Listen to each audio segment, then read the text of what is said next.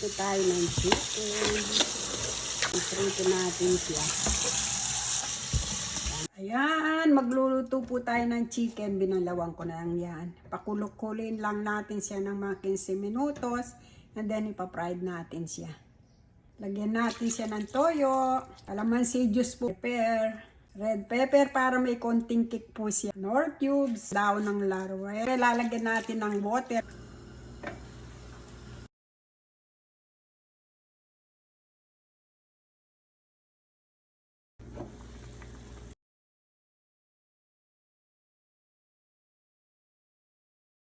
Prito na natin. Avocado oil prito. Prito na tayo.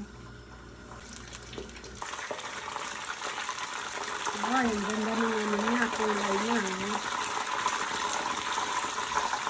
Yan, luto na. Yan, luto na lahat. Limang portion na tayo. Ayan. Ayan ang ating chicken. Luto na. Ang sarap po ng pagkatimpla niya. Ayan ang ating chicken. Masarap po yung pagkatimpla niya. Malasa po. Yum. Sarap yung panahalong lasa.